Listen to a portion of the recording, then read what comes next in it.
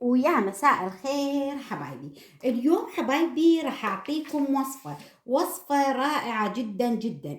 هاي الوصفة حبايبي رهيبة لتطويل الرموش، مجربة 100%، خاصة للخوات اللي حابين يطولوا الحواجب حبايبي، مو الرموش. اي اخت حابه تطول الحواجب، راح تاخذين حبيبتي نواة التمر موجوده بكل بيت، وسبق وقلت لكم نواة التمر رائعه جدا جدا. راح تاخذين نواة التمر وتغسليها كثير كويس، وبنفس الوقت حبيبتي بتحمريها كثير كويس. شو كمان راح ناخذ معاها؟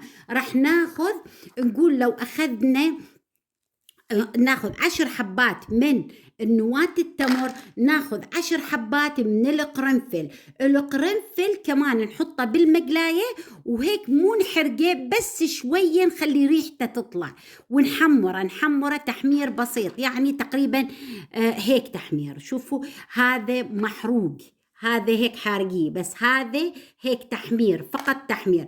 بعدين نجيب نواة الحبايبي التمر مع القرنفل، زين. وشو بنسوي؟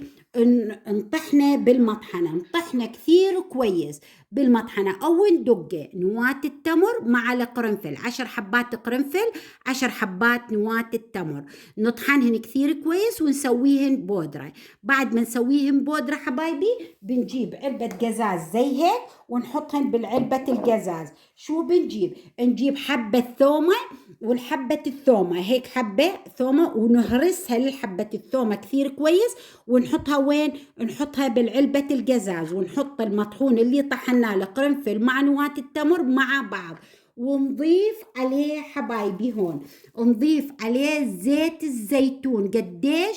نضيف عليه نصف فنجان قهوة صغير جدا جدا زيت الزيتون، نضيفه حبايبي، وملعقة من شنو؟ ملعقة كبيرة من زيت الخروع، ونحطها كلها بعلبة ونرجه ونسيبه حبايبي لمدة تقريبا أسبوعين، محفوظ بمكان مظلم. بعد مدة الأسبوعين بدون ما نصفي، ناخذ حبايبي العود تبعت الإذان ونحطها على الحواجب. إذا ما طولت حواجبك أتحداكي 100% راح تطول. هاي الطريقة للصلع المزمن 100% كمان تنفع. إذا حبيتي حبيبتي تعمليها للشعر كمان تعمليها. طيب للحواجب كلش قد كل يوم تعمليها مرة واحدة أو مرتين، رهيبة. أما للشعر فاعمليها مرتين بالأسبوع.